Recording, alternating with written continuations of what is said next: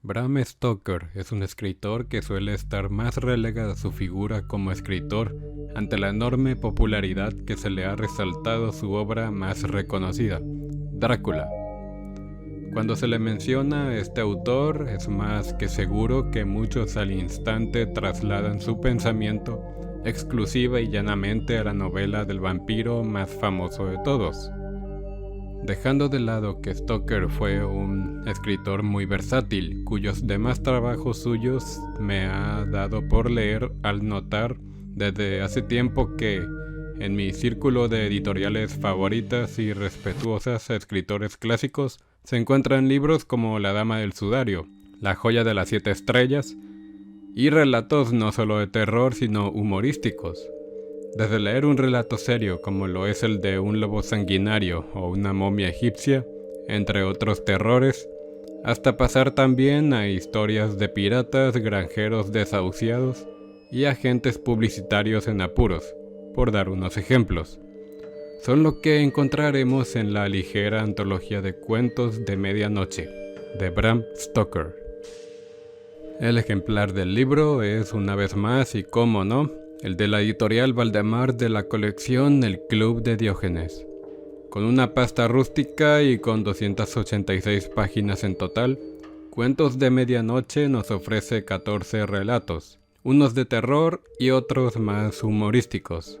Algo que también hay que resaltar de este ejemplar es el prólogo, escrito por Oscar Palmer, en donde se nos explica la historia detrás que Stoker tuvo al momento de escribir cada historia del ejemplar. Por tal motivo, aconsejo leer por partes esa parte del prólogo. O sea, si están por leer la primera historia, lean antes donde se habla de eso en el prólogo. Una vez leído, se pasan a leer la historia. Luego repiten esto mismo con las demás historias.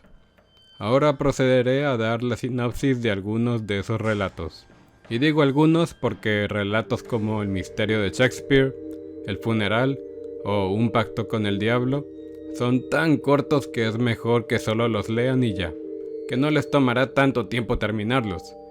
A lo mejor tan solo un minuto o hasta menos.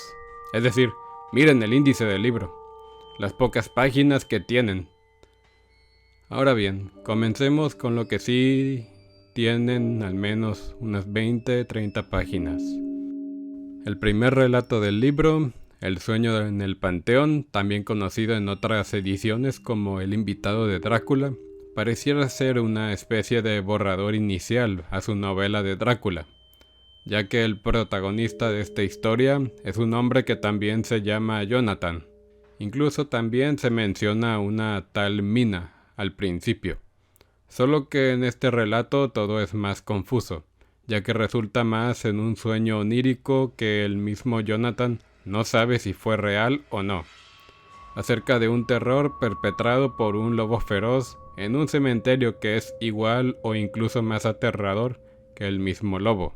Y ya no quiero decir nada más porque en serio es interesante leer este relato, y más al final que te deja igual de confundido que el protagonista mismo. El espectro de la perdición es un relato que al inicio me dio la sensación de que estaba leyendo alguno de los cuentos de hadas de los hermanos Grimm o de Hans Christian Andersen. Bien podría pasar como uno de esos cuentos sin problema alguno. En esta historia, una niña huérfana de buen corazón tratará de evitar que un enorme gigante invisible destruya la ciudad donde vive. El final es más inesperado de lo que podrían esperar, queriendo el escritor darnos una lección acerca de cómo la nobleza y la inocencia pueden llegar a ser un don en alguien que las posea. Los dualistas o la funesta muerte de los gemelos es un relato en donde Stoker muestra su lado más cínico y oscuro, con una historia sobre las atrocidades que cometen dos mellizos, cabrones, sin escrúpulos, y más adelante las consecuencias de sus actos. Muerte entre bastidores es un relato detectivesco de estilo casi que noir, en un teatro en donde luego de la muerte atroz de una actriz, se está por dar iniciada la búsqueda del culpable. El prestamista no es un relato que me haya gustado tanto, honestamente. Es un relato realista en donde se muestra la nefasta tradición de este oficio de los usureros. La squaw o squaw, no sé cómo se pronuncia, es una de mis historias favoritas de aquí, aunque sí podría molestar un poco a las personas que tienen gatos como mascotas. Esto lo digo por lo siguiente. En la squaw, un trío de amigos que van rumbo a la Torre de la Tortura en Nuremberg, se encuentran en el camino a una gata y su pequeño hijo. Uno de los tres amigos, por querer hacerle una jugarreta a los animales, termina matando accidentalmente al gato pequeño, lo que dará como consecuencia que la gata madre quiera asesinar a quien mató a su hijo. Un acto de venganza es una historia en donde la esposa de un hombre, tras asesinar a un sujeto que quería aprovecharse de ella, es acusada del crimen. No más eso diré de esta historia, ya que hay ciertas cosas que hacen parecer que no todo es lo que parece a simple vista. El hombre de Chorrocks es una historia de muy alto humor negro, debido a que un hombre adinerado de alta cuna quiere sí o sí pasar la noche en el cuarto más lujoso de un hotel. El problema es que ese cuarto ya está ocupado. A pesar de la exigencia del hombre de que se expulse a quien ocupa el cuarto, la dueña del lugar no quiere eso. Hasta que el adinerado hombre dice que entonces está incluso dispuesto a compartir cama con quien sea que está ocupando ese cuarto. Pero lo que no sabe ese hombre es en qué situación se encuentra el huésped de ese cuarto. La empalizada roja puedo resumirlo a que es una típica historia de aventuras en alta mar, en una época en donde los piratas hacían sus desmadres a donde fueran y una tripulación se enfrenta a estos. Quizás este relato sea aburrido para los que les aburran lo referente a viajes por los mares. Una estrella criminal es un relato en donde un artista, no queriendo ser olvidado durante mucho tiempo, le encomienda la tarea a un hombre de que divulgue y, sobre todo, publique noticias, cosas acerca de la vida del artista, sean estas ciertas o no. Ya saben, lo que también mucha gente artista en la actualidad hace. Muchas tonterías nomás para que la gente hable de ellos. Las nupcias de la muerte fue quizá un relato que, a juzgar por lo mencionado en el prólogo, no debí leer, no sin antes haber pasado por la novela de La joya de las 7 estrellas, novela de Stoker que es considerada como la segunda mejor del autor, tan solo siendo Drácula el que le gana. ¿Y por qué digo que debí leer primero esa novela? Porque parece que el relato de las nupcias de la muerte es técnicamente el último capítulo del libro de La joya de las 7 estrellas. En este caso nos encontramos con el final original, por si se lo preguntan los que saben acerca del libro. Los que no y ahora se preguntan a qué me refiero con final original, déjenme decirles.